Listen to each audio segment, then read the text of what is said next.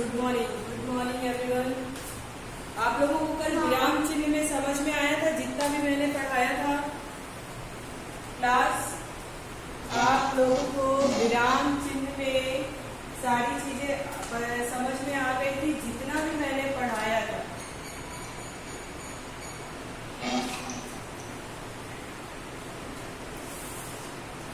आया था। कल मैंने एक व्हाट्सएप ग्रुप पे आप लोगों के लिए अभ्यास कार्य भेजा था जिसमें प्रश्न सारे जो विराम चिन्ह थे उनके नाम लिखने थे और उसका वाक्य में प्रयोग करना था। तो बहुत सारे बच्चों ने किया ही नहीं था, बहुत सारे क्या किसी ने नहीं किया था। तो क्या मैं ऐसा समझूं कि आपको समझ नहीं आया था? क्लास क्या आपको समझ नहीं आया था? देखिए मैं ये बता रही थी कि कल मैंने व्हाट्सएप ग्रुप पे एक अभ्यास कार्य भेजा था।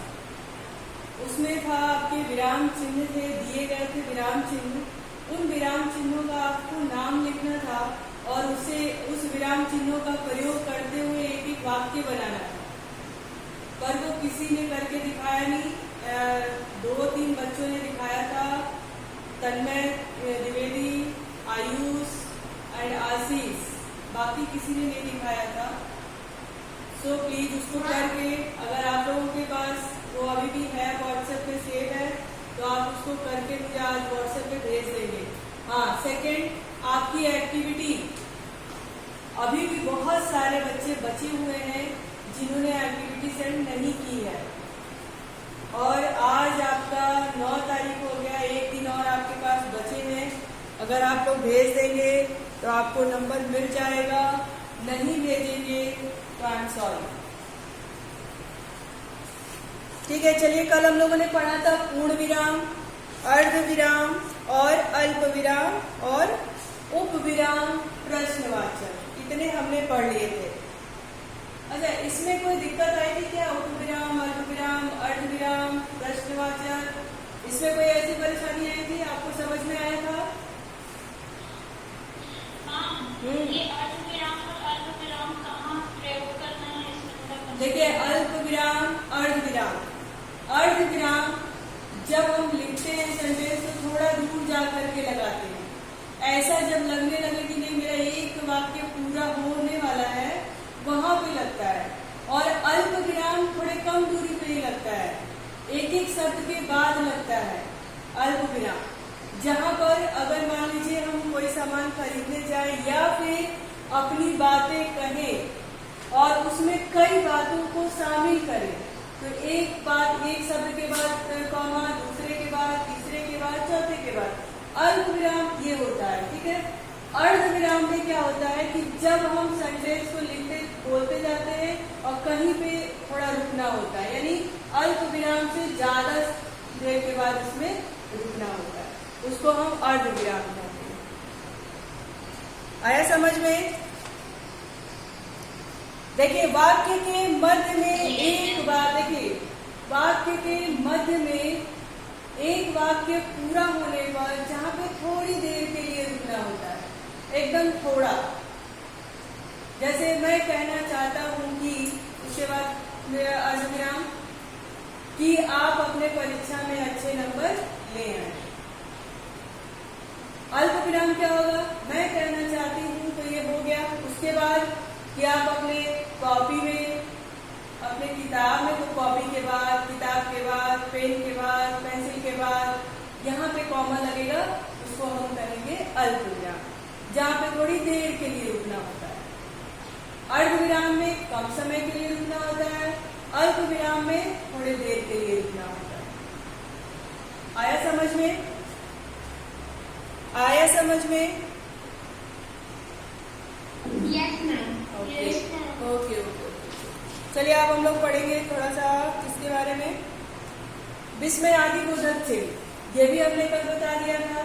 जब कहीं पे आश्चर्य हो, किसी को संबोधित कर रहे हो, इस तरह के शब्दों के बाद विस्मयादिबोधक चिन्ह लगता है। योजक चिन्ह किसे कहते हैं ये भी हमने कल बताया था। जब दो शब्द समान रखने वाले हो। समानता रखने वाले मतलब यानी दोनों शब्दों का समान महत्व हो, उसके बीच में जो चिन्ह लगते हैं उसको हम योजक चिन्ह कहते हैं। अब आप ले लीजिए दिन रात, भाई दिन की जितना महत्व है उतना ही रात का भी महत्व है, ठीक है। ये भी प्रधान है, ये भी प्रधान है, और इनके बीच में जो चिन्ह लगा है वो क्या है, योजक चिन्ह कहते हैं। माता पिता, भाई माता भी बहुत ही महत्वपूर्ण है, पिता भी बहुत महत्वपूर्ण है, तो उनके बीच में क्या लगेगा, योजक चिन्ह लगेगा। बड़ा और छोटा, बड़ा भी एक अपने स्थान पे महत्व रखता है और छोटा भी अपने स्थान पे महत्व रखता है, उसके बीच में हो जाएगा, ठीक है। तो इस तरह के शब्द जहाँ पे हो, यानी विपरीतार्थक शब्द में अधिकांशतः क्या लगता ही है, योजक चिन्ह, ठीक है। आया बात समझ में। तुलनात्मक हो गया, तुलनात्मक हो गया, या फिर विलोम वाले शब्द हो गए, सिमिलर शब्द हो गए, उसमें आपके योजक चिन्ह लगाए जाते हैं। अच्छा ये बताइए आप लोग कि समास में कौन सी संधि है जिसमें योजक चिन्ह का प्रयोग होता है, द्वंद्व है या द्विगु है? मैंने पढ़ाया है, द्वंद्व है ना। तो उसमें जो चिन्ह लगाए जाते हैं वही हमारे योजक चिन्ह है, ठीक। अच्छा, कल जिन्होंने जो हमने अभ्यास कार्य के लिए भेजा था, तो सारे 2-3 को छोड़ के किसी ने नहीं किया है, तो आज उम्मीद करते हैं कि व्हाट्सएप ग्रुप पे बिना बोले, और पर्सनल पे नहीं आना चाहिए, व्हाट्सएप ग्रुप पे नहीं आना चाहिए आंसर, बिना बोले सारे लोग आंसर करोगे। मैं उस समय एक बार भी याद नहीं दिलाऊंगी कि आपको आंसर करना है, आप सभी लोगों को बिना बोले, बिना याद दिलाए आंसर करना है, ठीक है। चलिए उसके बाद तो हम वहाँ पे भी रहेंगे, क्या चीज, हम यहाँ पे क्लास अटेंड कर लेते हैं, हम इसीलिए वहाँ पर नहीं जाते। नहीं, मैं क्लास अटेंड करने की बात नहीं कर रही थी बेटा, जो मैंने भेज दिया है उसका आंसर करके आप लीजिए बस, और कुछ नहीं। हाँ, आज आपको भेज देना, ठीक है, आज आपको भेज देना, बस मैं उसका आंसर चाहती हूँ। आप क्लास मत अटेंड करो, क्लास उन्हीं 2 ही प्लेटफॉर्म इसीलिए बनाया गया है कि जो जिस पे करना चाहे उस पे कर ले, लेकिन मैं सिर्फ होमवर्क की बात कर रही हूँ कि बिना बोले आप उस होमवर्क को मुझे सेंड कर देना। इसीलिए मैंने टीम में भी ये बात कह दी कि आपको सिर्फ भेजना रहेगा, तो व्हाट्सएप में पढ़ाई करने की जरूरत नहीं है, आप टीम पे पढ़ना बस इतना सही है, ठीक है, लेकिन उसको भेजते रहिएगा। चलिए अब हम देखते हैं निर्देशक चिन्ह किसे, निर्देश से ही पता चल रहा है, ठीक है।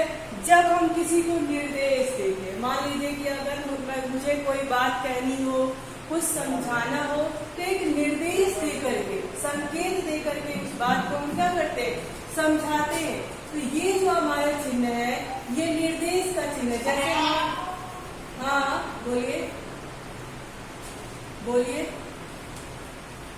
बोलिए, जैसे कल हमने बताया था, यदि आप संवाद लिखते हो तो किसी के द्वारा बात कोई बात अपनी बता रहा है, किसी बात का निर्देश दे रहा है, ठीक है।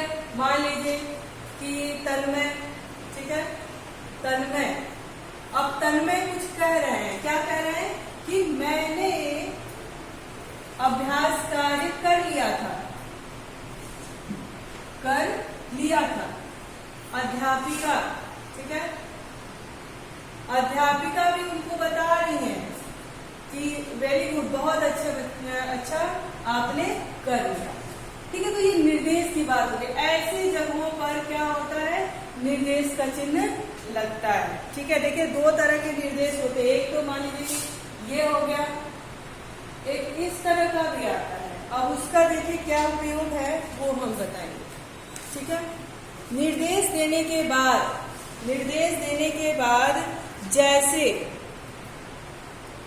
निम्नलिखित प्रश्नों के उत्तर दीजिए, ये क्या है, ये निर्देश है। मान लीजिए अगर हमने कहा, ये तो संवाद की बात हमने आपको बता दी, फिर उसके बाद आपने क्वेश्चन पेपर पढ़ा होगा और उसमें देता है, प्रश्न लिख करके देगा, ठीक है। एक प्रश्न होता है, हम कहते हैं कि निम्नलिखित प्रश्नों के उत्तर दीजिए, क्या करिए, निम्नलिखित प्रश्नों के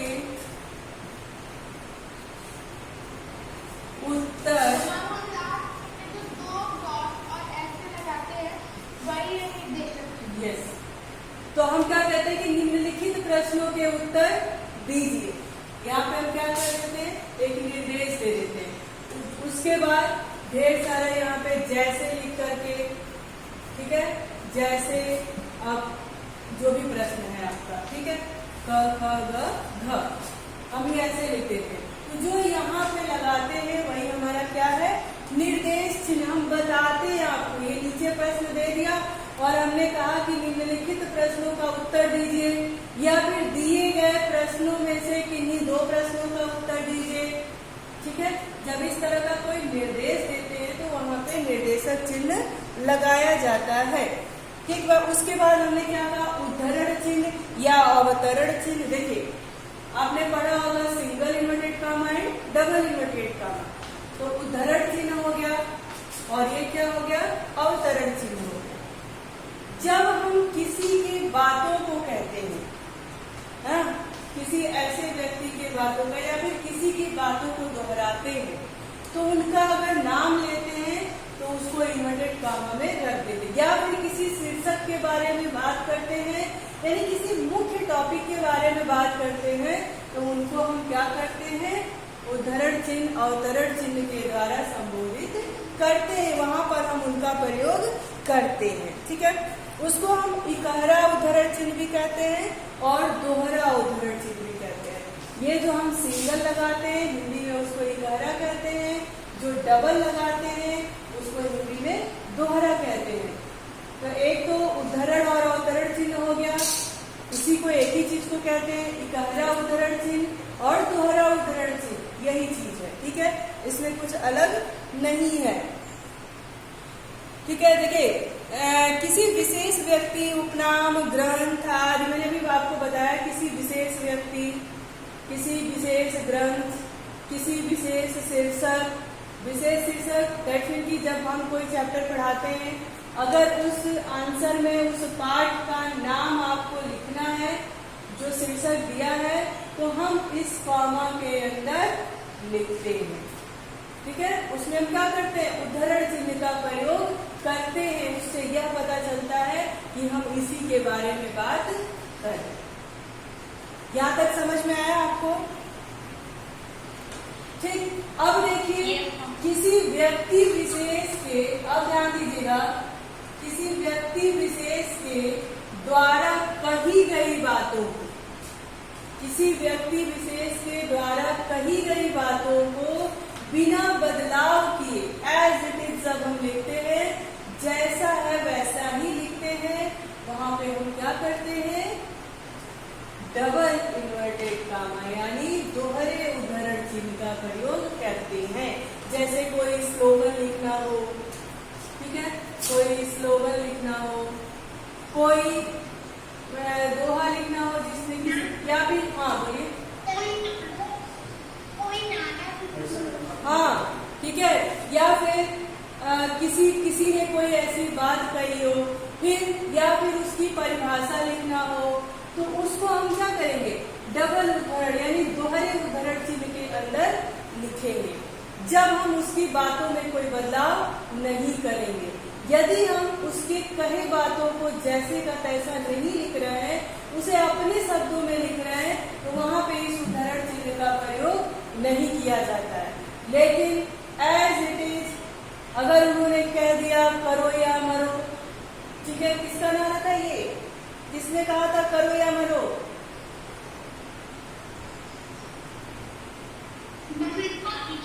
हाँ, तो ये महात्मा गांधी के द्वारा कहा हुआ कथन है।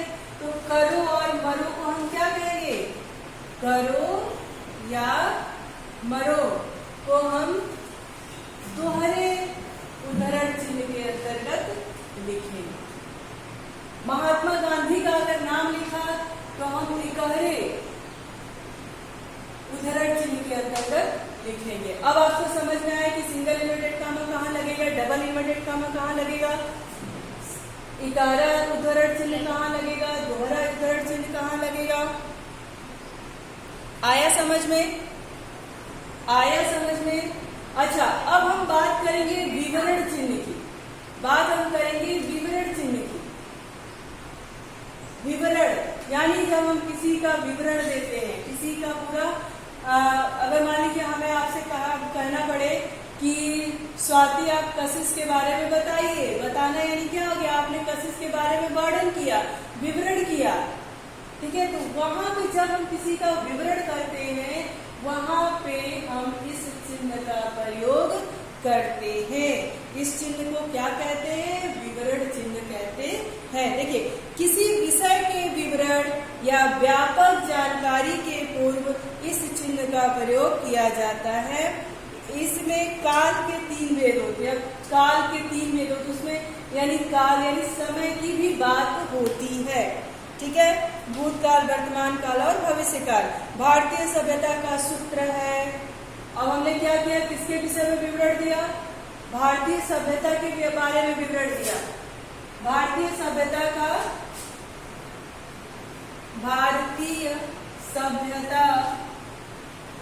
का विवरण दिया हमने। यहाँ भी क्या लगा देंगे, इस चिन्ह का प्रयोग कर देंगे।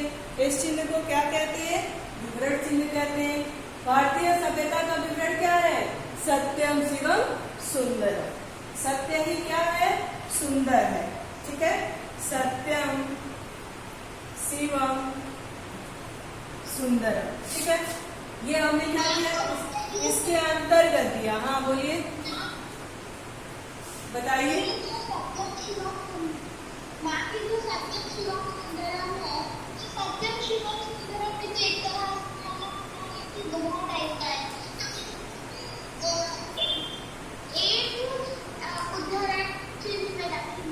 ये भारतीय ये फॉर एग्जाम्पल है कि भारतीय सभ्यता का विवरण है, यानी भारत की सभ्यता क्या है।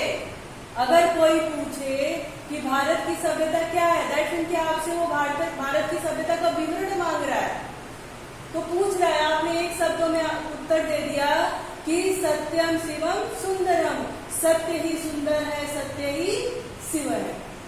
अब इसके आगे तो कुछ बचता ही नहीं ना विवरण में। अब इससे बड़ा विवरण आप क्या दे सकते हो भारत के बारे में। आई बात समझ में? हाँ, अर्थ क्या है इसका, सही अर्थ क्या है? सत्य ही शिव है, सत्य ही सुंदर है।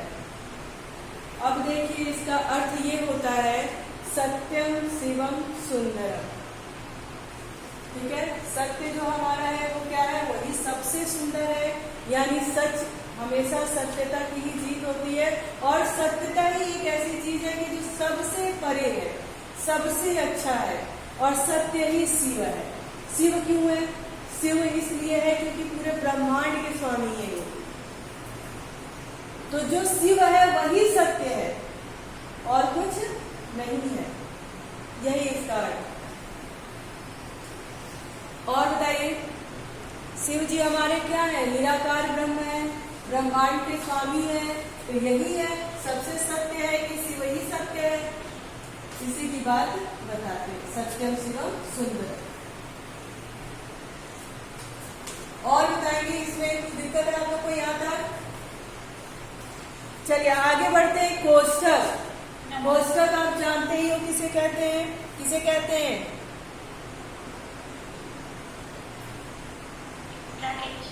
ब्रैकेट्स।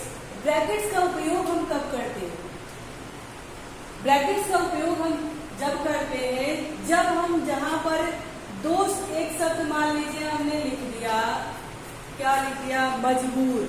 ठीक है, अब मजबूर शब्द को अगर हम दूसरे शब्दों से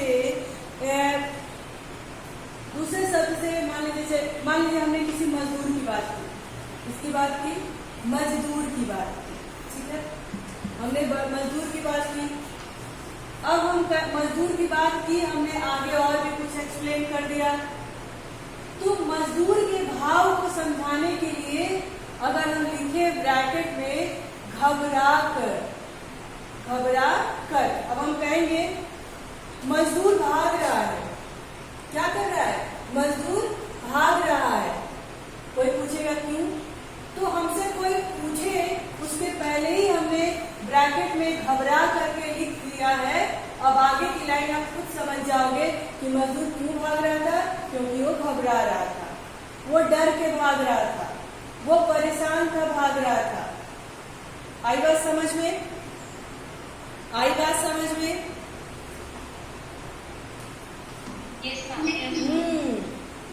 ठीक है। अब देखिए, वाक्यों में व्याख्यात्मक शब्दों को कोष्ठक में रखा जाता है। वाक्यों को व्याख्यात्मक, यानी जो ये वाक्य हमने लिखा, इसकी असली व्याख्या क्या है, इसका असली पर्पस क्या है, इसका अर्थ क्या है, उसको हमने क्या कर दिया, कोष्ठक में रख दिया, ब्रैकेट में रख दिया।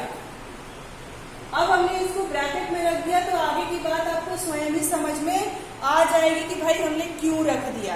कभी कभी होता है किसी शब्द का अर्थ, ठीक है, तो अगर हम उसको विधिवत व्याख्यायित रूप में अगर एक्सप्लेन करना चाहते हैं तो हम शब्द को लिख देते हैं, यहाँ पे उसका अर्थ भी लिख देते हैं और ब्रैकेट में उसको और भी विस्तार से व्याख्यायित करके लिख देते हैं। तो ब्रैकेट का इस्तेमाल प्रयोग कहाँ पर होता है ये भी आप लोग समझ गए होंगे। क्यों? अब जैसे मान लीजिए कि हम कहें कि आज हम क्रिया के बारे में समझेंगे, अब इसको हमको और व्याख्यायित रूप में लिखना होगा, तो आज हम क्रिया के बारे में समझेंगे और ब्रैकेट में लिख देंगे सकर्मक क्रिया और अकर्मक क्रिया। अब मैं समझ गई, मैंने इतना लिख दिया कि आज हम क्रिया के बारे में समझेंगे।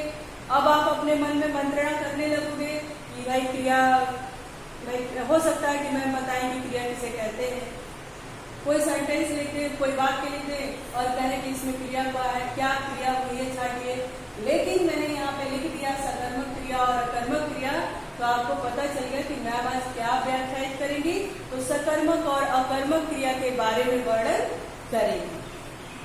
कोई दिक्कत बच्चों यहाँ तक? नहीं? अच्छा ठीक है, चलिए एक लाघव चिन्ह होता है, लाघव चिन्ह भी एक होता है, जानते हैं? जब आप किसी शब्द के आगे इस तरह का कोई चिन्ह लगाते हैं, इसको हम क्या कहते हैं? लाघव चिन्ह कहते हैं। क्या कहते हैं? लाघव चिन्ह। लाघव चिन्ह का मतलब होता है जब हम, जिसको आप अंग्रेजी में डॉट कहते हैं, हम अपनी बड़ी बातों को जब छोटे में समझाने की कोशिश करते हैं, उसको हम क्या कहते हैं? लाघव चिन्ह कहते हैं। मान लीजिए मेरे विद्यालय का नाम बड़ा हो, ठीक है, जहां पे मुझे अपने विद्यालय का नाम लिखना है वो जगह क्या है? कम है, तो हम क्या करते हैं? अपने विद्यालय के नाम का जो पहला अक्षर होता है उसको लिख करके, और अब आर्मी लिखना है, हम अंग्रेजी में क्या लिखते हैं? ए लिख दिए, पी लिख दिए, एस लिख दिए। अब इससे हमको पता चल गया